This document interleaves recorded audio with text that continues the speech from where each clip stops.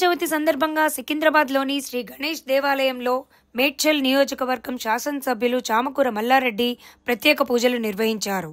వినాయకుని దర్శనం చేసుకోవడం జరిగింది.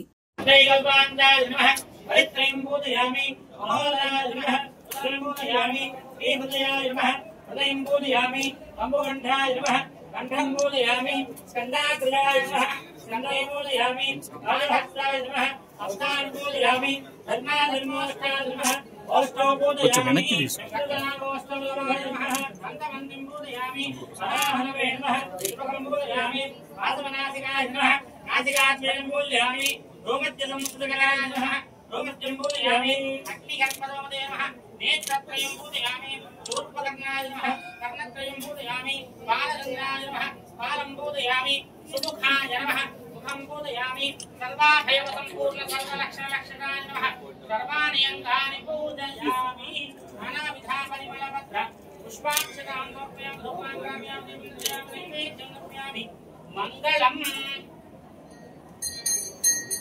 ओम सम्राजं जगन्नाथं लक्ष्मी ध्यानं प्रहे लक्ष्मी आदर्शयामि विजयामि विजयामि आनंदमंगल निराजनं दर्शयामि जय बोलो गजानंद महाराज की जय।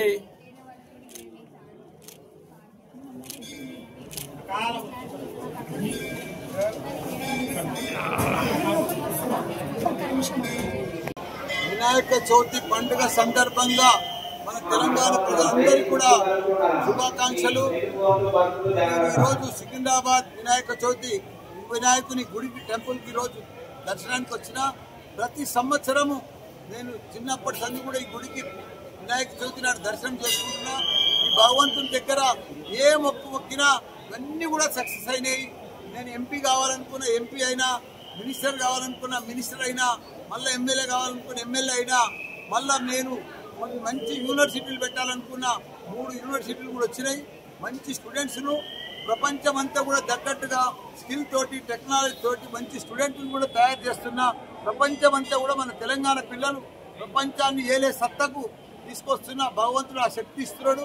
తప్పకుండా దేశమంతా కూడా మల్లారెడ్డి యూనివర్సిటీలు కూడా అన్ని కూడా ఆఫ్ క్యాంపస్ ఓపెన్ చేద్దామని డిసైడ్ చేసిన దేవుడు కూడా మంచి ఆశీర్వాదం ఇచ్చిండు.